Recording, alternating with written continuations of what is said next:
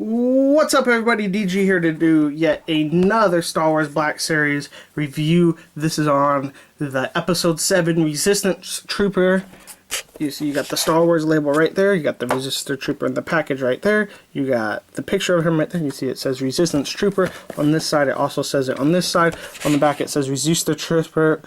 And a little read up on him. So if you want to read that, pause it right now. And then you got the red brick label number 10.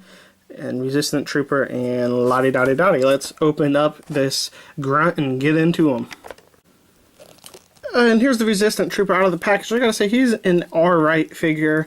Not much for a grunt figure, or as I like to call him, a fluffer figure. You get basically just the brown figure all the way through. So he's kind of a tan coat he gets on with some brown wash on there. Gets the brown holsters, brown belt, then brown pants, and brown tannish brown boots. And the least they could have did, since this figure doesn't come with much, doesn't do with much, probably wasn't very popular, they could have at least made the helmet come all the way off, and it doesn't. But you do get to lift up the mask like so. And I guess I would put it back there. I don't know if that's how it's supposed to go. And you see you get a little black face in there. Get the yellow visor. I don't know how well you can see it, but you can see his eyes through there. So that's real cool. But the helmet itself has a nice little green wash over it, which is kind of weird, I thought. Got some nice decals right there, and yeah, it kind of looked like a Master Chief helmet, a Halo helmet. It does have nice rotation, and it does go back and forth pretty good. You do get all the way up to here on the arms, all the way around. You can get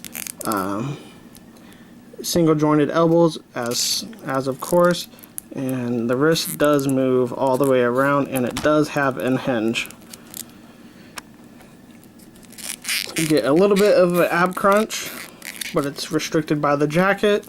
You do get a kick out to here. You do get a little bit of waist rotation. I forgot to mention that. You get a kick out to here. You get a decent split, not really. You get upper thigh rotation, double jointed knees. And you do get a back and forth and a nice ankle pivot on the foot. He does come with one accessory, the long blaster rifle, like so. You can see it's pure silver with a brown wash over it, but you got some nice detail in there, especially over here on the stock. So that's real nice. It can fit in his right hand like so.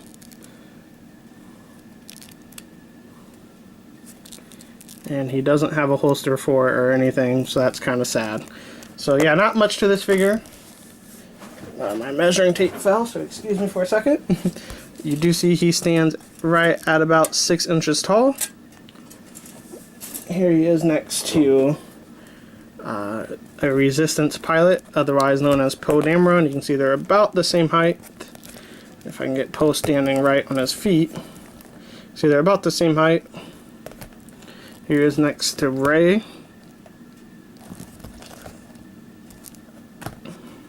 Here is next to Finn.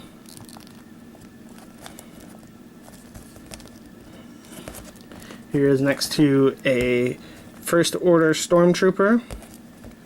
You see both grunts stand about the same height. And here he is next to Daredevil and Stormtrooper disguise. And here he is next to the Scarlet Spider. And yeah, so overall, I mean, it's an alright figure. It's definitely not a must grab. I grabbed him for $10 when he was on sale. They were trying to get rid of him because they had a shelf full of him, just like they still have shelves full of this guy. So if you find him cheap enough and you want him, I'd say grab him. If not, Oh well. And if, I mean, I guess if you're a completionist, you probably already have them, because like I said, there's a lot of them out there. I hope you enjoyed this review. If you did, please hit that subscribe button, please hit like, please comment, please share, and follow me on my social media sites. That's at DGTPOR on Facebook, Twitter, and Instagram. Thank you guys so much. DG out.